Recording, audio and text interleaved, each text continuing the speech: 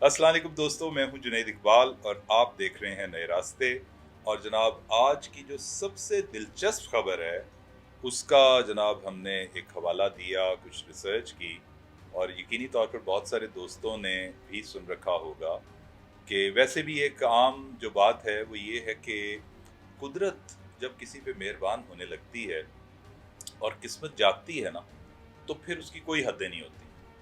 और ये कुदरत ही है जिसकी अता करदा नेमतों को कार लाकर इंसान औज सुरैया पे पहुंच जाता है। ऐसी ही एक मिसाल लायनल मेसी, जो अर्जेंटाइन के जनाब एक मशहूर फुटबॉलर हैं, कौन नहीं जानता उनको।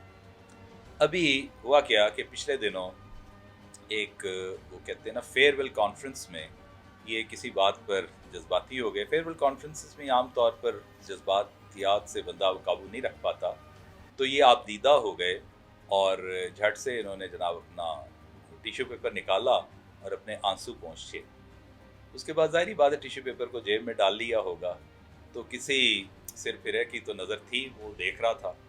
उसने जनाब वो उससे टिश्यू पेपर रिक्वेस्ट करके ले लिया और बाद में उसी टिश्यू पेपर को जनाब ऑक्शन किया और कीमत उसकी लगी $1 मिलियन। वो भी एक इस्तेमाल शुदा टिश्यू पेपर की कीमत $10 लाख।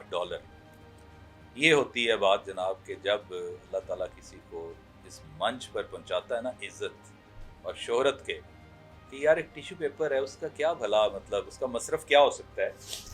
लेकिन इसमें भी एक दिलचस्प बात है सामने और आती है कि वो जो सेलर है उसका कहना है कि इस टिश्यू पेपर से मेसी के जो जेनेटिक मटेरियल है वो इसके अंदर मौजूद है।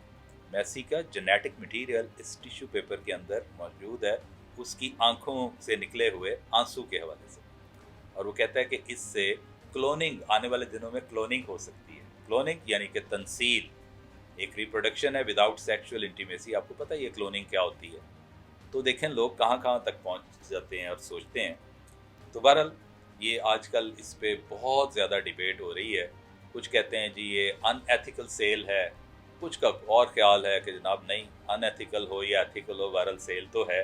और किसका टिश्यू पेपर है, क्योंकि फ़ैन फॉलोइंग होती है और मोहब्बत में तो लोग फिर पता नहीं कहाँ से कहाँ चले जाते हैं। सोचा ये खबर आपसे शेयर कर दूं।